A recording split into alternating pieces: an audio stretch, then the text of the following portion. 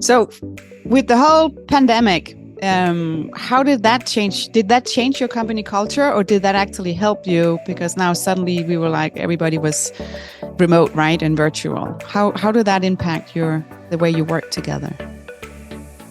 Well, I do think that there were a lot of challenges. We lost several suppliers because they were so closely aligned with automotive and commercial aviation and industries that I think were deeply impacted.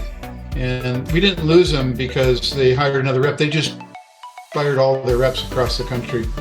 But on a positive note, we gained more than we lost because we were able to pivot and refocus on the verticals that were showing great success.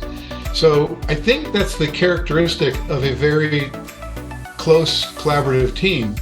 We were able to communicate to our team that it's time for us to really refocus our energy, our efforts, and our time, talent, and resources. You know, the three key ingredients that a rep has, because we don't have inventory to leverage, for example, like a distributor, or a manufacturer has, you know, the manufacturing capability to leverage. We have our time, talent, resources. So you're going to find this funny or maybe odd, but I'm already looking ahead.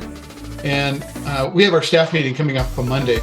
And I've challenged the team. I said, I want you to bring your top 10 accounts that you believe would be recession-proof. Because I have a feeling that we're facing some very, very challenging dynamics in our economy coming up.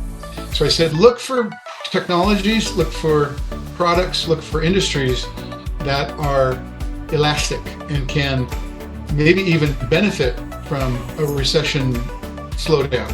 And then you're going to present on those, and you're going to explain why you believe they could, you know, overcome a downturn, for example. So we've been on a tear now for 2 years, and I don't think it'll stand up for the long run. So as a team, we challenge each other. I think that's another characteristic of a team that can rise up and face, you know, diversity and challenges within, let's face it, things that are out of our control. Yeah, agree. And I think by giving that kind of challenge as well is how you push and actually get your team to grow as well, right? Because then suddenly they have to think in a different way. Maybe they will have some meetings, you know, with some of the customers.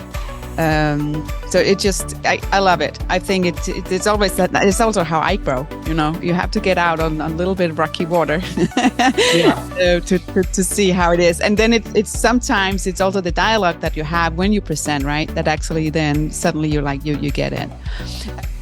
Thanks for listening to this episode of Mind the Innovation Podcast. New episodes are dropping bi-weekly, so make sure you're following wherever you get your podcast. You can find me on LinkedIn, search for Sanna Winding. You can also find me on YouTube, search for Mind the Innovation, or go to my website, sannawinding.com or mindtheinnovation.com. Stay curious, keep learning.